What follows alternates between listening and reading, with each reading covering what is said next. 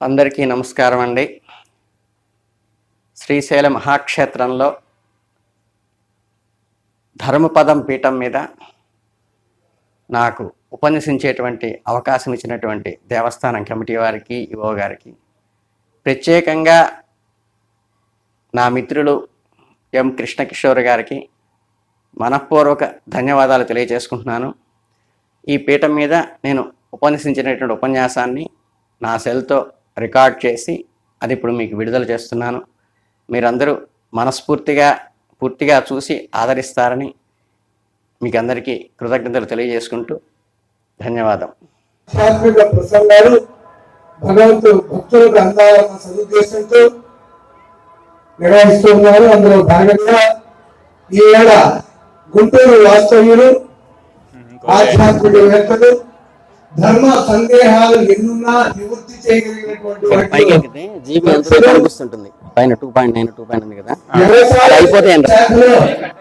పనిచేస్తున్నా కూడా ఆధ్యాత్మిక రంగం వైపున అడుగులు సాగిస్తూ తన విశేష ప్రస్థానాన్ని ఆధ్యాత్మిక ప్రస్థానం వైపు సాగిస్తున్నటువంటి మాన్యులు మహారాజశ్రీ ఎల్లాప్రగడ వెంకట శేషగిరిరావు గారిని ఈ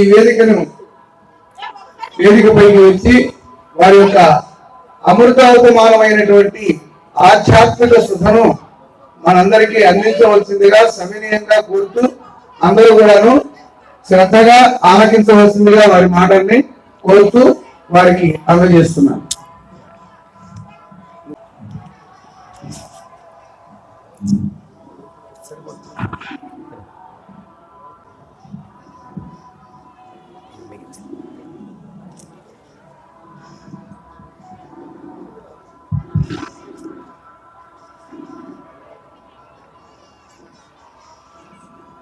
భగవద్భక్తులందరికీ నా హృదయపూర్వక నమస్కారాలు. ప్రథమంగా ప్రణవనామైనటువంటి ఓంకారంతో సభను ప్రారంభిద్దాం.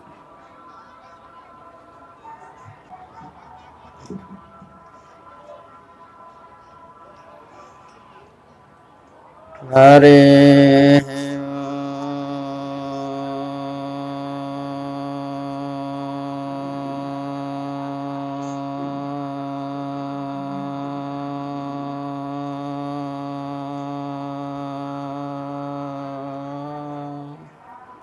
అందరూ నాతో కలిసి ఓంకారం చేయొచ్చు.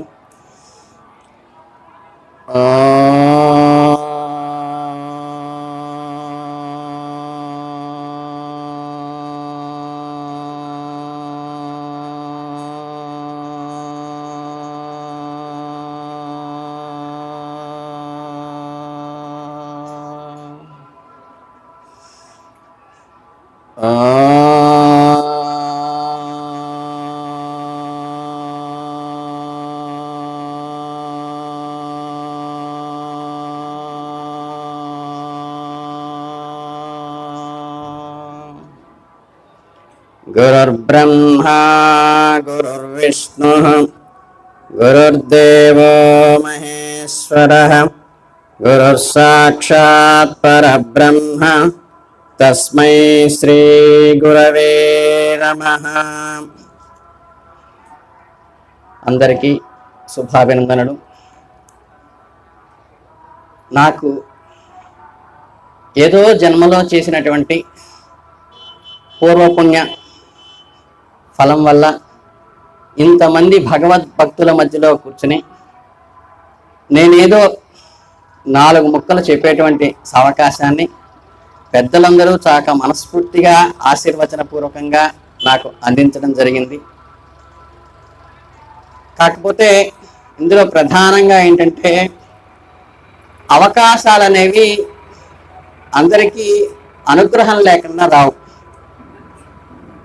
సాధారణంగా నాకు తెలిసి ఇప్పుడు ఈ సభలో కూర్చున్నటువంటి జనసమూహంలోనే దాదాపు ఒక 50-60 మంది నాకన్నా బ్రహ్మాండంగా చెప్పగలిగిన వాళ్ళు ఉండే అవకాశం ఉంది. ఎందుకంటే వాక్యం అనేది భగవంతుడు మనకి అందించినప్పుడు మాత్రమే వస్తుంది. కానీ అవకాశం అనేది అదృష్టంతో మనకి అందుబాటులోకి రావడం జరుగుతుంది. దీనికి ప్రధానంగా ఏంటంటే కర్మ సిద్ధాంతంలో చాలా విపులంగా చెప్పడం జరిగింది. అంటే ఏంటంటే మనం చేసినటువంటి ప్రతి కర్మ కూడా మనకి జీవితంలో ప్రతిఫలాన్ని అందిస్తూ ఉంటుంది. ఇందులో ప్రధానంగా కర్మలో ఉన్న నిష్పక్షపాతమైనది ఏంటంటే కర్మలో మనం 10 మందికి ఏది చేస్తే అది యాజ్ ఇట్ ఈస్గా రిఫ్లెక్ట్ అయ్యి వస్తుంది. అంటే ఏంటంటే మేము ఇంత పూజలు చేస్తుంటామండి, ఇంత ఆర్తిగా చేస్తూ ఉంటాము, ఇంత నిష్టగా చేస్తూ ఉంటాము, మాకు మా ఇంట్లో ఫలానా సమస్య ఉన్నది అని చాలామంది చెప్తుంటారు. సమస్యలకి కారణము గ్రహాలు కూడా కాదు. గ్రహాలు ఏంటంటే మనం తీసుకున్న దాని ఫలితాన్ని ఇస్తాయి. అంటే ఇప్పుడు బ్యాంకులో ఒక క్లర్క్ ఉన్నాడు అనుకోండి, ఆ బ్యాంకులో క్లర్క్ కొంతమంది వచ్చినప్పుడు చక్కగా టీ ఇచ్చి కాఫీ ఇచ్చి ఏం కావాలి సార్, ఏం చేయమంటారు అని మేనేజరే లోపలికి పిలిచి వాళ్ళకి అన్ని ఫెసిలిటీస్ ఇస్తాడు. కారణం ఈ క్లర్క్కి ఆ యొక్క వ్యక్తికి ఎటువంటి సంబంధం ఉండదు. వాళ్ళు ఒకసారి అకౌంట్ ఓపెన్ చేయగానే ఈయన డిపాజిట్స్ కానీ ఈయన పాత ట్రాన్సాక్షన్స్ కానీ అవన్నీ చూసి దాని ప్రకారం ఇస్తారు.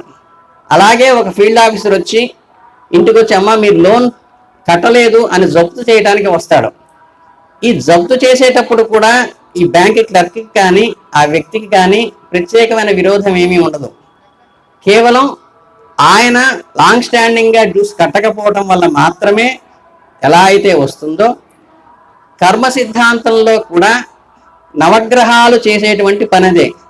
ఇప్పుడున్న ట్రెండింగ్లో నేను చాలామందిని ఇప్పుడు నేను దాదాపు 12 ఛానల్స్లో యూట్యూబ్లో చెప్తుంటాను. మీరు గూగుల్లో వైవిఎస్ఎస్ అని కొడితే వైవిఎస్ గిరిరామ్ అని వస్తుంది, తీస్తే మీకు అన్ని ఛానల్స్లో కూడా వస్తాయి.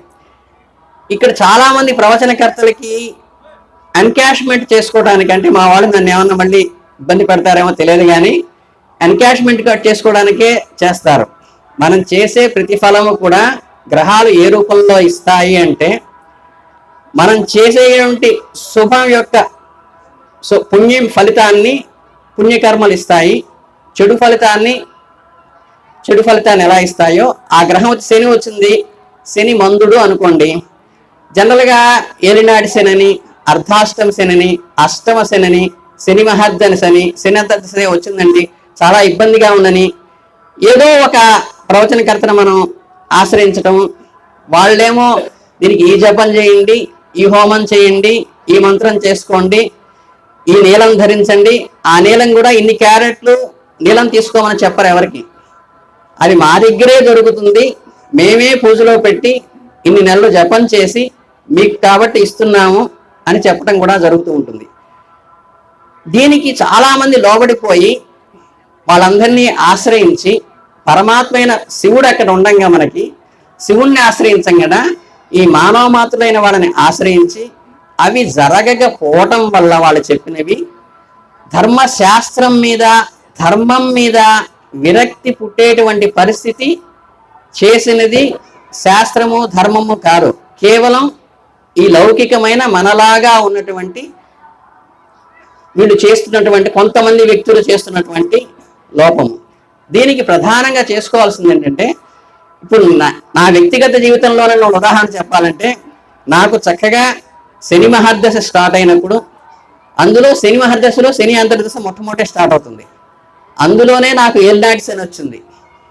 ఇన్ని ఉన్నప్పుడు నలమహారాజు దగ్గర నుంచి అందరూ ఇబ్బందులు పడ్డారు, చాలా ఇబ్బందులు పడ్డారు శనిలో అని చెప్పినప్పటికీ నాకు ఖచ్చితంగా 7.5 సంవత్సరాలు చక్కగా నా డిగ్రీ అప్పుడే అయింది, పీజీ అప్పుడే అయింది, వివాహం అప్పుడైంది, ఉద్యోగం అప్పుడైంది, నా ఆస్తి నా పేరు మీద రావడం కూడా అప్పుడే జరిగింది.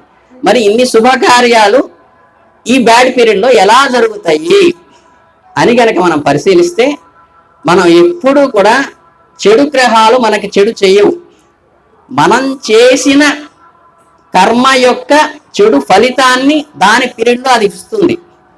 అంటే ఒక ఫీల్డ్ ఆఫీసర్ వచ్చి నీ ఇల్లు జప్తు చేయాలి అంటే నువ్వు లోన్ తీసుకుని ఎగ్గొట్టి ఉన్నవాడు అయితే మాత్రమే ఆ ఫీల్డ్ ఆఫీసర్ నీ దగ్గరికి రాగలడు, తప్పితే లేకపోతే సెల్యూట్ చేసి కూర్చోబెట్టి కాఫీ ఇచ్చి టీ ఇచ్చి పంపించాలి.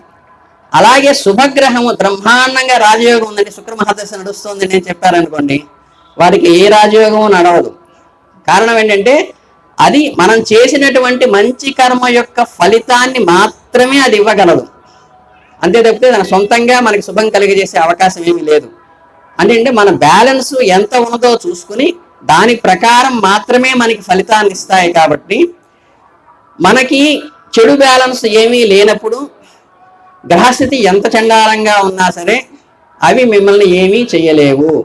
అంటే ఒకే పోలీస్ అధికారం చూసి కొంతమంది భయపడి పారిపోతారు, కొంతమంది వాళ్ళ దగ్గరికి వచ్చుంటే 5 నిమిషాలు మాట్లాడాలంటే కంగారు పడతారు, కొంతమంది అదే ఆఫీసర్ వచ్చి వాడికి సెల్యూట్ చేస్తాడు, అవసరమైతే సెక్యూరిటీగా వస్తాడు. కారణం ఏంటి? ఎవరు భయపడతారు? ఐఏఎస్ ఆఫీసర్కి ఎందుకు సెక్యూరిటీ ఇస్తారు? అదే దొంగగా లేదా గుండాగా ఉన్నవాడు ఎందుకు భయపడతారు అంటే కారణం ఏంటంటే వాడు చేసిన చెడు కర్మ మంచి కర్మ మాత్రమే దానికి కారణం తప్పితే మన జాతక ఫలం కాదు. నేను ఏదైనా సరే అథెంటికేటెడ్గా చెప్పాలి అంటారు కాబట్టి ఒక లాయరు వాదించాలి కోర్టులో అంటే ఆయనకి ఎల్ఎల్బి పట్టభద్రులై ఉండాలి. అలాగే ఒక గ్రహాల గురించి కానీ శాస్త్రాన్ని గురించి కానీ చెప్పాలంటే minimum MA astrology post graduation అయినా చేసి ఉండాలి. నేను తెలుగు యూనివర్సిటీలో నాంపల్లో పోస్ట్ గ్రాడ్యుయేషను చక్కగా ఆస్ట్రాలజీ చేయటం వల్ల అథెంటికేటెడ్గా గ్రహాల గురించి చెప్పే అర్హత నాకు ఉన్నదన్న ఉద్దేశంతోనే చెప్తున్నాను. ఎందుకంటే చాలా మంది జ్యోతిష్కులు చూస్తున్నాము, పెద్ద పెద్ద బోట్లు పెట్టేసి సువర్ణ కంకణధారులను పెట్టేసేసుకుని కనీసం ఎంఏ ఆస్ట్రాలజీ పోస్ట్ గ్రాడ్యుయేషన్ కూడా ఆస్ట్రాలజీలో చేయని వాళ్ళు మాట్లాడుతున్నారు ఎక్కువ. దానివల్ల వచ్చేటువంటి డిఫెక్ట్స్ ఇవి. అదేంటంటే ఒక కోర్టులోకి వెళ్ళి వాదించాలి అంటే మినిమం ఎల్ఎల్బి చేయాలి. నేను ఎల్ఎల్బి కూడా చేశాను, అందుకని లీగల్గా కూడా నేను ఏమన్నా మాట్లాడటానికి నాకు అథెంటికేషన్ ఉంటుంది. అంటే సమాజంలో ఏమైపోయిందంటే అబ్బా ఆయన క్రికెట్ టెండూల్కర్ సరిగా కొట్టలేదంటూ అంటూ ఎవరు మాట్లాడతారంటే టీ బంక్ దగ్గర టీ కాల్చుకునేవాడు మాట్లాడతాడు. మనకి మేజర్ డిఫెక్ట్స్ అన్ని ఎక్కడి నుంచి వస్తున్నాయంటే వితౌట్ క్వాలిఫికేషను, వితౌట్ వాళ్ళకి ఎక్స్పీరియన్స్ లేకుండా ఎదుటి వాళ్ళని భయపెట్టి లేకపోతే క్రిటిసిజం చేసి బాగుపడే వాళ్ళు సమాజంలో బాగా పెరిగిపోయారు. అంటే ఏంటంటే ఎప్పుడూ కూడా ఏదైతే మనకి ఇబ్బంది కలుగుతుందో దానికి ప్రొటెక్షన్ ఎక్కువ వస్తుంది. అందుకని దాన్ని సమర్థించుకోవడానికి వాళ్ళు చేసే ప్రయత్నాల్లో ఇవన్నీ చేస్తున్నారు. కనుక మీరు ఎప్పుడైనా సరే మీరు సక్రమంగా నిత్యానుష్ఠానం చేసుకుంటూ మీ ఇంట్లో మీరు నిత్యానుష్ఠానం చేసుకుంటూ 2 పూట్ల పూజ చేసుకునేటువంటి లక్షణం ఎవరికైనా ఉంటే వాళ్ళు ఏ జ్యోతిష్కుడిని కూడా గుడ్డిగా నమ్మాల్సిన అవసరం అయితే లేదు. ఇది పక్కాగా చెబుతున్నాను. ఆ శ్రద్ధ లేకపోవడం వల్లే మనం వీళ్ళందరినీ ఆశ్రయించాల్సి వస్తుంది. నాకు 1987లో 13 ఏళ్ల బాలుడిగా ఉన్నప్పుడు నాకు ఉపనయనం జరిగితే ఆ రోజు నుంచి ఈ రోజు వరకు గత 40 yearsగా ఉదయం కానీ సాయంత్రం కానీ అది ట్రైన్లో ఉన్నా బస్సులో ఉన్నా అత్యవసరంగా ఎలక్షన్ డ్యూటీలో ఉన్నా సరే ఆ టయానికి శ్రద్ధగా సంధ్యావందనం చేసుకుంటూ అనుష్ఠానం చేస్తూ ఉన్నాను. మీరు కూడా ఎవరైనా శ్రద్ధగా అలా చేసేవాళ్ళు ఉంటే వాళ్ళు అసలు ఎవరిని ఆశ్రయించక్కర్లేదు, ఎవరికి భయపడక్కర్లేదు. పరమాత్మని మనం ఎలుగెత్తి పిలిస్తే ఆయన పరిగెత్తుకొచ్చి మనకి అన్ని సహాయాలు చేసేటువంటి పరమాత్మ. అందులో మనం ఉన్నటువంటిది బోళాశంకరుడైనటువంటి శివుడు. ఆయన గురించి అసలు మల్లన్న కవి ఒక మంచి శ్లోకం చెప్పారు. అందులో ఏం చెప్పారంటే మనకి శివుడి అభిషేకంలో వస్తే ఏంటంటే అసలు ఆయన తమంతా కొద్దిగా నీళ్లు ఆయన మీద అలా చిలకరించి నీలకంఠుని శిరముపైన నీళ్లు చల్లి పత్తిరి సుమంతి యౌవండు పారవైచు. ఇందులో చాలా సందేహం వస్తుంది. నేనైతే కళ్ళు గద్దుకుని పత్తి ఇసురంతా ఎవరో పారవైచు అన్నాను. అదేంటి పారవైచు అంటారు అని. మీకు ఏంటంటే మేము హోమం చేసేటప్పుడు కానీ యజ్ఞం చేసేటప్పుడు కానీ నారాయణాయ స్వాహ నారాయణాయ నమః అంటాం. అంటే ఇది నారాయణుడికే చెందాలి, నాది కాదు అని. ఎప్పుడు కూడా లౌకిక జీవితంలో ఎవరైనా సరే పారవేయటం అంటే ఏంటంటే ఖచ్చితంగా ఏ వస్తువునైనా ఏ పదార్థమైనా సరే పారవేసే లక్షణం ఉన్నవాడికి వాడు ఖచ్చితంగా మనస్థితి ఎలా ఉంటుందంటే భగవంతుడికి సమర్పించాలంటే నిజంగా ఏదైతే ఉండాలని మనకి ధర్మశాస్త్రంలో చెప్పిందో పారవేసేవాడో వస్తువు మీద ఆపేక్ష పెట్టుకోడు. అందుకని ఆ స్థితిలో పత్రిని ఎవరైతే సమర్పిస్తారో అని అందులో ఉన్నటువంటి భావన. అటువంటి వాడికిట కామధేనువు వాడింటి గాడి పసరా, కామధేనువే వచ్చి వాళ్ళ ఇంట్లో గోశాలలో ఉండిపోయి ఆయనతో నివసిస్తూ ఆయనకి అన్ని కలిగిస్తుంది అని చెప్తున్నాడు. అలాగే ఏం చెప్పారు ఇంకా, అంతటి అనుగ్రహాన్ని కేవలం కొంచెం నీళ్లు చిలకరించి, ఇందులో కూడా అభిషేకంలో చేసే ప్రధానమైనటువంటి దోషం ప్రతి వాళ్ళు ఏంటయ్యా అంటే, అభిషేకంలో అంటే నీళ్ళల్లో సాధారణంగా ఉండేది విషం ఉంటుంది. అందుకనే నీళ్ళల్లో పడిన వాళ్ళు మరణించిన కారణం అంటే విషము. దాన్ని విషహరణం చేయడానికి గరుడ ముద్ర పెట్టి కలశంలో నీళ్ళని అమృతీకరణం చేసి ఆ కలశాలతో మాత్రమే అభిషేకం చేయాలి. మామూలుగా నీళ్లు చెంబుతో తీసుకొచ్చి పోయటం అంటే మనం ట్యాప్ పెట్టి ట్యాప్ నుంచి డైరెక్ట్గా పోసేయచ్చు. అలా కాకుండా కలశానికి కూడా ఆరాధన చేస్తారు. కలశస్య ముఖే విష్ణుర్కంటే రుద్ర సమాశ్రిత మూలే తత్వహితో బ్రహ్మ మధ్యే మాతృగణాన్విత. అంటే కలశము యొక్క ముఖం బ్రహ్మగాను, కంఠము రుద్రువుగాను, ముఖం విష్ణువుగాను, కంఠము రుద్రుడుగాను, మూలం బ్రహ్మగాను భావించి త్రిమూర్తాత్మకమైనటువంటి కలశాల్లో గంగే జయమునే చైవ నర్మదా సింధు కావేరి జలేస్మిన్ సన్నిధి, అంటే మనకి రివర్స్ ఉన్నాయి, గంగా యమున నర్మదా అని. ఇందులో పెరీనియల్ రివర్స్ అని ఉంటాయి. పెరీనియల్ రివర్స్ అంటే జీవనదులు. జీవనదులు అంటే వేటికైతే నదులకైతే పుష్కరాలు వస్తాయో అవి మాత్రమే జీవనదులు అంటారు. అవి పవిత్ర జలాలుగా భావిస్తాం. ఇప్పుడు మాకు నెల్లూరులో పెన్నా నది ఉంది, అది జీవనది కాదు. అందుకని ఏదైనా పుష్కరాలు దేనికైతే ఒక్కొక్క గురుడు ఒక్కొక్క రాశిలోకి వచ్చినప్పుడు ఒక్కొక్క నదికి పుష్కరం వస్తుంది. కాబట్టి అలా చేసేటువంటి నదుల్లో పుణ్యస్నానాలు చేస్తే పవిత్రమవుతాము. అంటే అంతఃశుద్ధి కావాలి, దేహశుద్ధి కాదు. అక్కడికి వెళ్ళి మన పాపాలు పోతాయని కాదు. పాపాలు పోవటం అంటే మనం చేసిన కర్మ ఎక్కడికి నశించదు. ఇది 100%. ఎవరు కూడా మన కర్మని నశింప చేయలేరు. అది జీవితాంతం మనతో ఖచ్చితంగా వస్తుంది. పాపాలు పోవటం ఏంటంటే అక్కడికి వెళ్ళి అంతఃకరణ శుద్ధి కలిగినప్పుడు మనసు ప్యూరిఫై అయ్యి మనకి శ్మశాన వైరాగ్యం అంటారు. ఎవరన్నా చనిపోయినప్పుడు వెళ్ళి ఇంతే కదా జీవితం, నేను దాకా మనతో మాట్లాడాడు, ఏముంది జీవితం ఇంతే కదా అని చెప్పి సాధారణంగా అనుకుంటుంటాం. ఆ వైరాగ్యం ఎప్పటిదాకా ఉంటుందంటే ఇంటికి వచ్చి అమ్మాయి వంకాయ కూర చేసావా బెండకాయ కూర చేసావా అనే దాకే ఉంటుంది. అంటే అక్కడి నుంచి మాయలో పడిపోతాడు. అందుకని కృష్ణ పరమాత్మ కూడా చక్కగా బ్రహ్మాండాన్ని ఆయన నోట్లో చేపించి, అమ్మో ఇంత పరమాత్మ నా బాలుడిగా ఉన్నాడు అనుకునే లోపు మళ్ళీ చిన్న కొంటి పని చేసి మళ్ళీ అమ్మని మాయలో ఎలా పడేశాడో అంత అర్జునుడికి కూడా భగవద్గీతను పూర్తిగా బోధించిన తర్వాత మళ్ళీ ఆటోమేటిక్గా ఆయన లౌకికంలోకి తీసుకొచ్చేస్తాడు. అందుకని ఏంటంటే అల్లి తర్వాత మళ్ళీ యుద్ధం అయిపోయిన సోఫాల కూర్చొని ఒకసారి అడుగుతాడు అర్జునుడు, స్వామి మీరు మన ఏదో చెప్పారు, చాలా చాలా బాగుంది, తాదాత్మ్యతకి లోనయ్యాను, మళ్ళీ ఒక్కసారి కూర్చొని చెప్పండి. నేను సోఫాలో తిరిగి కూర్చొని అడుగుతాడు, నాన్న అది నాది కాదు అని చెప్పి ఎక్కడెక్కడి నుంచి భగవద్గీత ఎవరెవరికి వచ్చింది అనేది చెప్పుకుంటూ వచ్చి, ఇది నా వ్యక్తిగతంగా వచ్చినది కాదు, పరమాత్మ తత్వం నుంచి వచ్చిన నాలెడ్జ్ అని. వేదాలు అపౌరుషేయాలు అన్న పరిస్థితి కూడా అదే. మనకి వేదవ్యాస మహర్షి వేద విభాగం చేసిన మాట వాస్తవమే, ఆయన చెబుతూ ఉంటే గణపతి రాసిన మాట వాస్తవమే, కానీ అవి వాళ్ళ ఓన్ వర్డ్స్ కావు. అంటే పరమాత్మ తత్వం నుంచి వచ్చేటువంటి ఫ్లో అలా రావటం వల్ల వస్తుంది.